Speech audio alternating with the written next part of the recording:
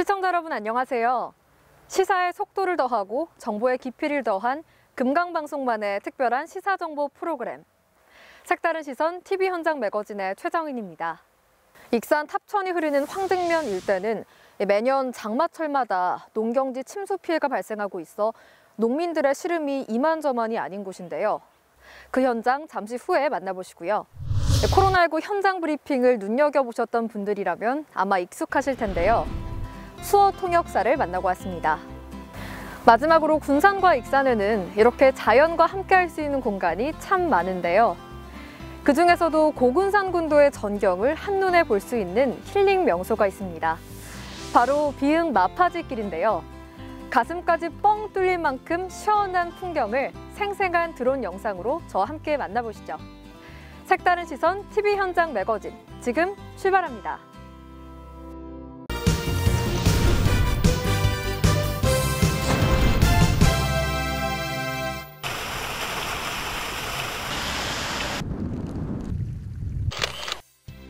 여름철 집중강우로 침수 피해를 입고 있는 익산 황등지구. 주변에 흐르는 탑천의 표고보다 황등면의 표고가 낮아 자연 배수가 힘든 상황. 통수 단면 부족, 하천 정비 사업으로 인한 빗물의 빠른 유입, 이로 인한 농경지 침수, 해마다 침수로 인한 피해가 이어지면서 농가들의 근심은 깊어지고 있습니다.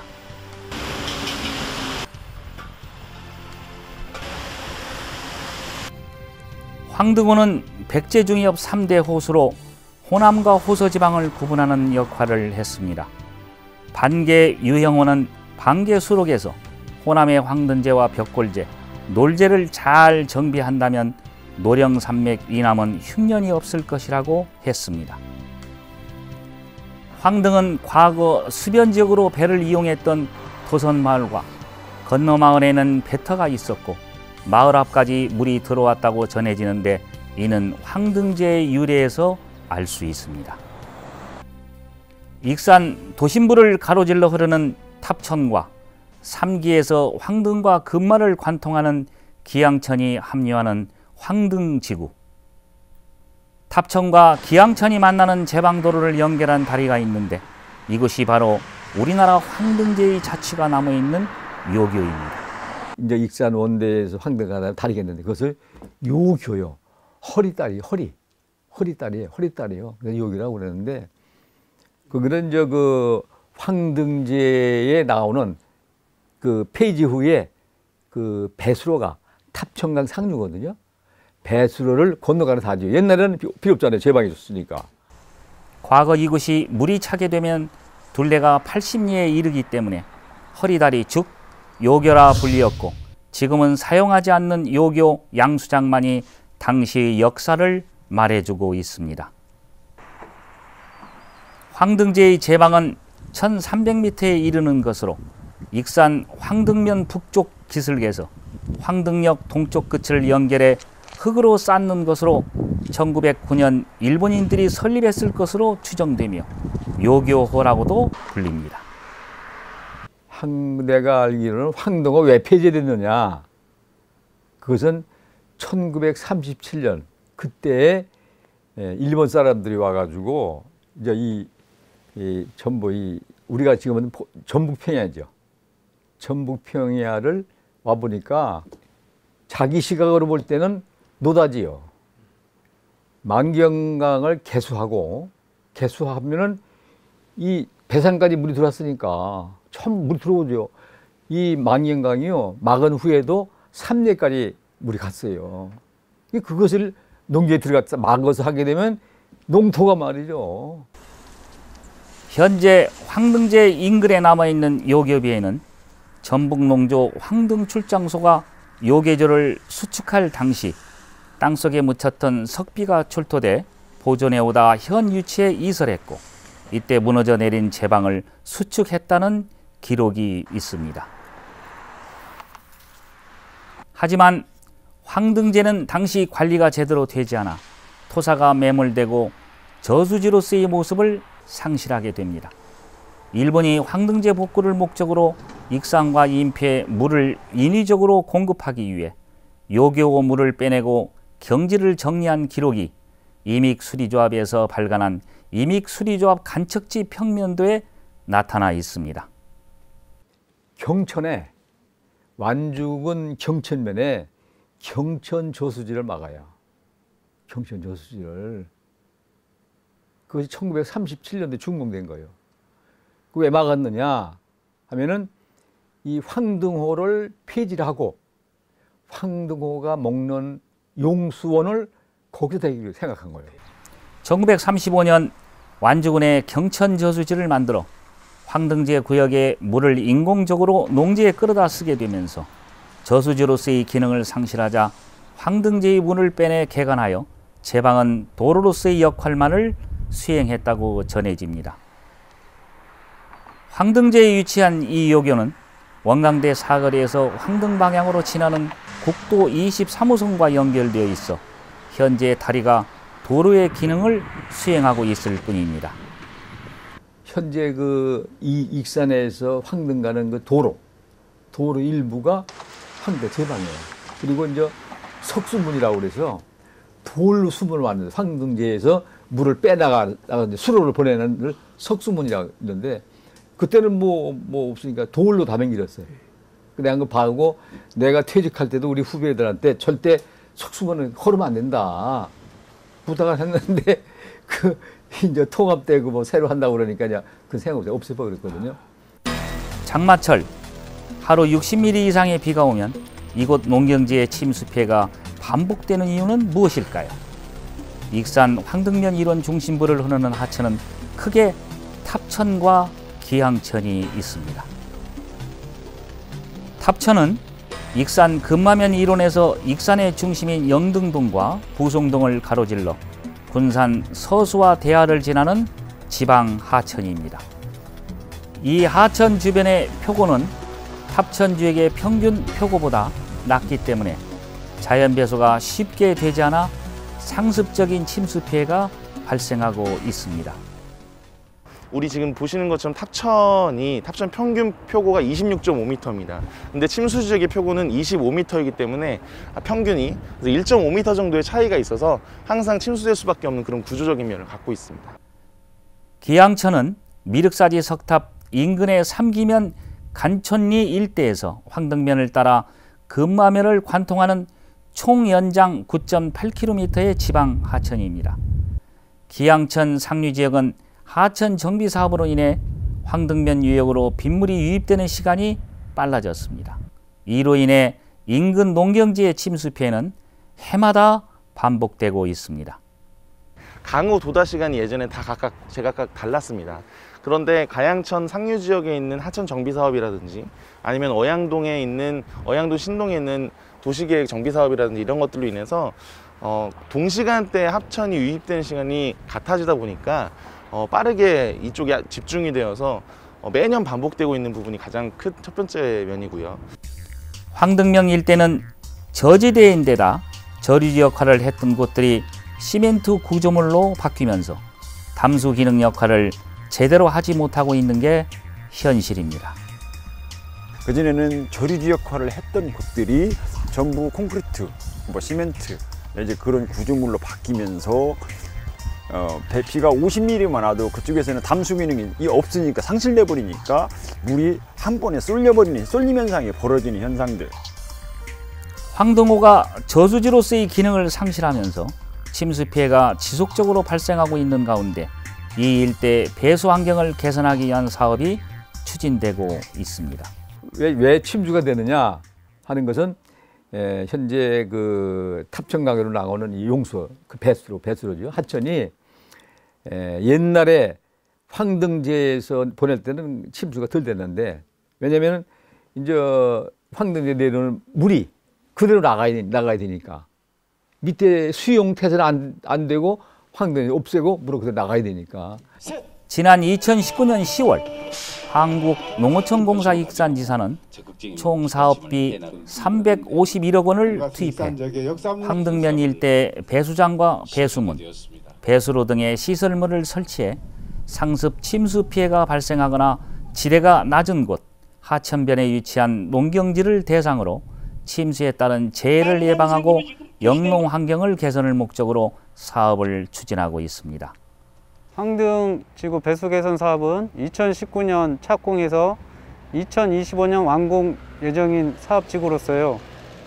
총 사업비 350억 정도 가량 되고 배수장 2개소, 그다음 평야부에 배수로 23조 약 15km가 공정이 계획이 되어 있고요. 이 사업은 침수 지역에 양수기를 설치해 물을 끌어올려 저리주에 일시적으로 물을 가두게 되는 역할을 하게 됩니다. 우기시 집중호우가 발생하면 탑천이나 기항천 외수위가 높아집니다. 그래서 그 외수위가 그 농경지로 침입하는 일이 빈번하게 발생합니다. 근데 배수장이나 게이트 펌프가 완료가 되면 강제 내재해 있는 홍수량을 기항천이나 탑천으로 배제할 수 있기 때문에 상당한 그 침수 완화 효과가 예상이 됩니다. 지방 하천인 탑천과 기항천 합류 지점인 황등지구는 총 628헥타르. 주변 농경지는 저지대에서 배수 작업이 쉽지 않고 배수시설을 보강해 강제로 물을 끌어올리더라도 우기시 탑천 하류 지역의 많은 양의 강우를 소화해 농경지 침수 피해를 막는 것이 가능할까요? 제가 충분히 알고 있는 황등면 배수 개선 사업은 일시적인 해결책만을 가지고 있다고 생각을 합니다. 물론 비가 집중되는 시기에 펌프 작용으로 인해서 그리고 저리조 사업으로 인해서 물을 가두어서 일시적으로 충분히 시간적 여유를 가질 수는 있다고는 하지만 이거는 근본적인 원인은 아니라고 생각합니다. 황등지구 배수 개선 사업으로 배수시설을 보강할 경우 만경강과 합류 지점까지 약 8.5km에 달하는 하천 부지에 농작물 경작과 토사 퇴적으로 인해 홍수 단면이 감소되었고 상류 지역의 강우를 강제로 끌어올리면 하류 지역 주민들은 피해를 입을 수도 있습니다. 물이라는 것은 밑에서부터 나가야지 위에서부터 해봐야 의미가 없거든. 그래서 저희는 항상 계속 꾸준히 건의를 하고 있어요. 밑에부터 좀 해달라. 밑에부터 준설을 해서 준설을 하든가 강폭을 넓히든가 해서 나가야 위에 농경지라든가 주거지역이 침수 피해를 안 입지. 황등면의 교질적인 상습 침수 지역의 피해를 막기 위해서는 하류 지역인 만경강 유역의 준설은 물론 탑천 아래 저리주 확대가 필요할 것으로 보입니다.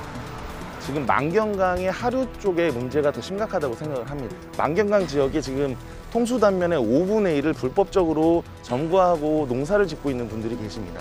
그 부분들이 해결이 되어야 충분한 통수 단면이 확보가 되고 많은 양의 물이 들어오더라도 충분히 흘러갈 수 있는 금강에서 서해로 나갈 수 있는 물이 통수 단면이 확보가 될 텐데 지금 5분의 2 이상을 차지하고 있기 때문에 이 부분은 익산시가 군산시와 또 협의를 해야 됩니다. 그리고 중앙 정치권과도 충분한 협력을 통해서 이 부분들 근본적인 해결이 필요하다고 생각합니다.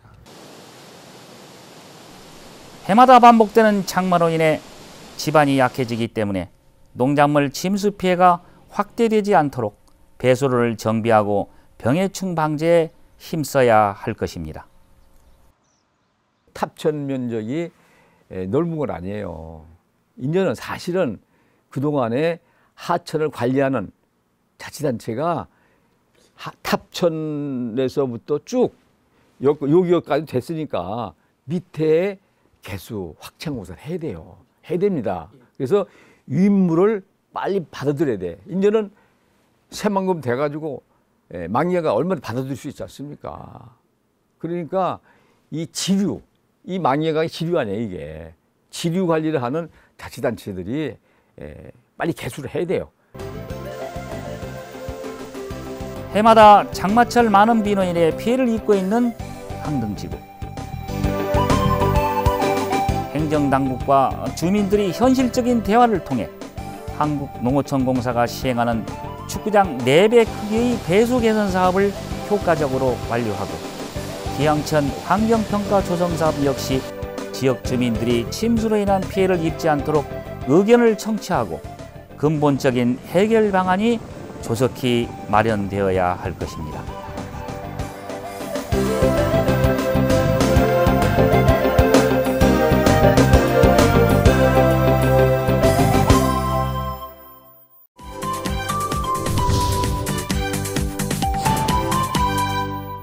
코로나19 사태가 장기화되면서 최근 현장 브리핑장에서 항상 볼 수 있는 분들이 있습니다. 바로 아름다운 손짓으로 청각장애인들에게 소식을 전하는 수어 통역사인데요. 이 수어 통역사의 역할과 비중이 점차 높아지는 상황을 반영하듯 전주시뿐 아니라 최근 제주도에서는 수어 통역사를 임용했다고 합니다. 최근 이 수어 통역사로 바쁜 나날을 보내고 계신 수어 통역사분을 만났습니다.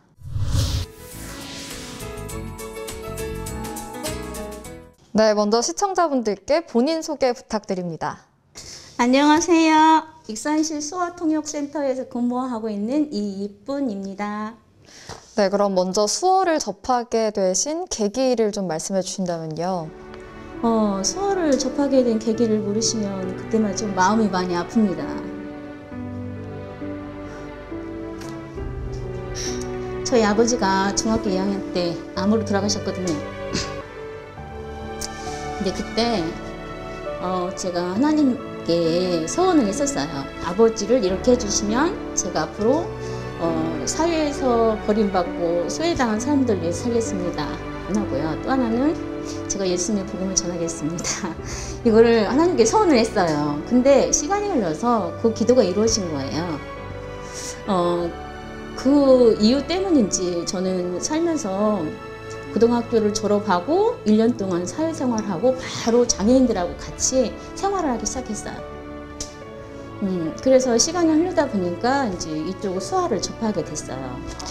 수어 통역사는 좀 정보 접근이 어려운 청각장애인들의 알 권리에 좀 더 앞장서는 역할을 하고 계신 걸로 아는데 코로나 이전과 이후에 수어 통역사의 역할이 어떻게 달라졌는지 한번 말씀해 주시겠어요? 원래부터 우리 수어 통역사의 임무가 역할이 정보 접근은 물론이고 청각장애인분의 의사소통 전달은 물론이고 모든 정보에 대해서 저희가 제일 앞장서서 청각장애인한테 전달을 해야 되는 거 맞잖아요. 그런데 사회적인 인식이 농인이나 또는 수어나 수화 통역사에 대한 인식이 많이 없었던 거죠. 그래서 당연히 해야 할 저희의 일을 못했던 거죠. 근데 이번에 이제 코로나로 인해서 이제 정부에서도 공식적으로 이제 모든 브리핑 때마다 수화 통역을 배치를 하잖아요. 그로 인한 파급력과 굉장히 크죠. 그래서 이제 좀 더 전에는 1:1 통역을 많이 했다고 하면 이제는 이제 대중적으로 대중 앞에 서서 또 어떤 정부의 정보 또는 각 지자체 지역의 정보 이것을 수화로 자유롭게 표현할 수 있다는 게 그게 이제 더 수화 통역사들의 이제 역할이 더 커졌다라고 보면 되는데 원래 저희가 해야 될 일이었던 것 같아요. 이전에는 수화로 불리다가 2016년에 한국 수화 언어법이 제정되면서 수어로 바뀌게 됐잖아요. 이 수화 통역사가 수어 통역사로 바뀌었는데 달라진 점이 있을까요? 한국어처럼 한국 수어도 하나의 언어로 인정한다는 거잖아요. 굉장히 큰 의미죠, 저희한테는. 근데 저희는 지금 익산시가 지금 지역이잖아요. 피부로 와닿지는 않아요, 사실은. 그런데 이제 대도시 같은 경우에는 피부로 많이 와닿는다고 하고요. 요즘에는 한국 수어가 언어로 인정되면서 한국 수어 교원 자격증이라고 있어요. 이제는 전에는 수어 통역사 자격증 하나만으로도 저희가 수어도 가르치고 통역도 했지만 이제는 수어 전문적으로 가르칠 수 있는 한국 수어 교원 자격증을 취득을 해야 돼요. 그래서 그게 좀 더 이제 버겁게 된 거죠. 그게 없으면 수어를 교육할 수가 없는 거예요. 이제 앞으로는 이게 한국 수어 언어법 제정 이후에 새로 시작된 한국 수어 교원 자격증이에요. 네, 최근 방역 수칙이 강화되면서 정말 어디에 가든 마스크 착용이 의무화됐는데 하지만 또 수어 통역사는 마스크를 쓰지 않고 전달을 하고 있어요. 이 수어를 구성하는 데 있어서 이 손동작 말고도 정말 표현하는 다양한 방법이 있는데 어떤 것들이 있는지 한번 설명해 주시겠어요? 수어는 손으로만 전달될 수 없는 게 수어거든요. 그래서 얼굴 표정, 그다음에 눈 동작, 입 모양, 그다음에 방향, 그다음에 주어가 누구냐에 따라서 그리고 2인칭이냐 3인칭에 따라서 이 배치들이 다 다르거든요. 이 몸 동작이나 이 행동들이.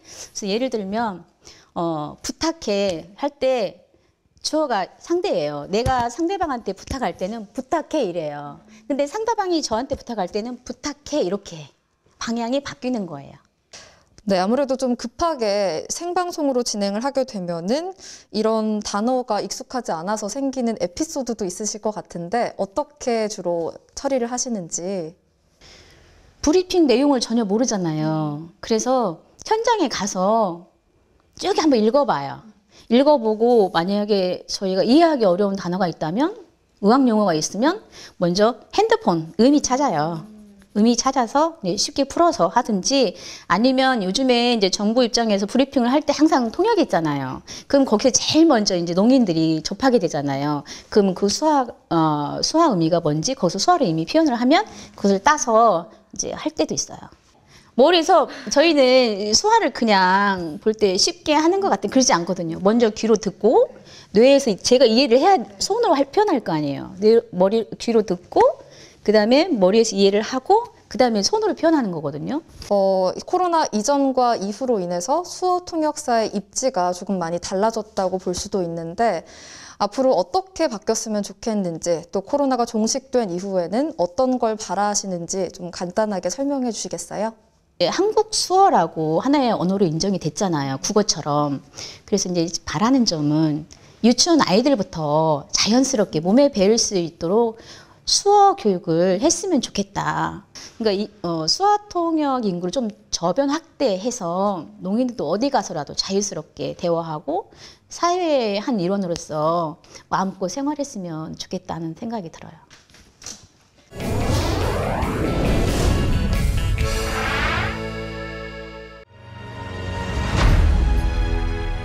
색다른 시선 현장 매거진이 포착한 힐링 명소. 바로 군산 비흥 마파지길입니다.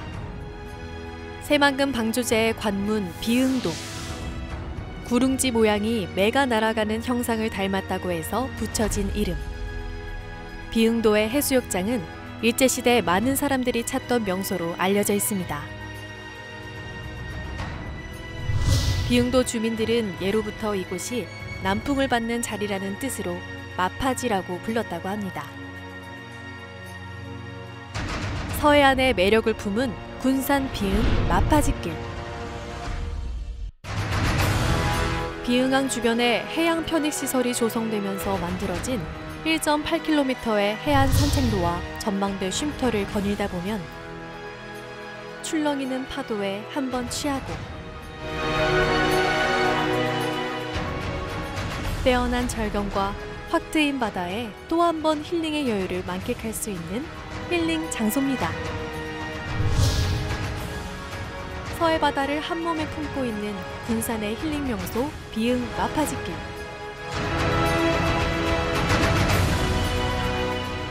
다음의 힐링 동반자는 바로 당신입니다.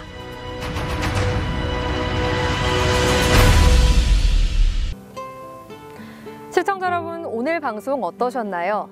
우리 지역 현장을 찾아가 정보의 깊이를 더하고 또 화제의 인물과 가슴 따뜻한 이야기 앞으로도 많이 전해드리겠습니다. 안방에서 즐기는 힐링 명소도 놓치지 마시고요. 색다른 시선 TV 현장 매거진, 저희가 준비한 소식은 여기까지입니다. 시청해주신 여러분 고맙습니다.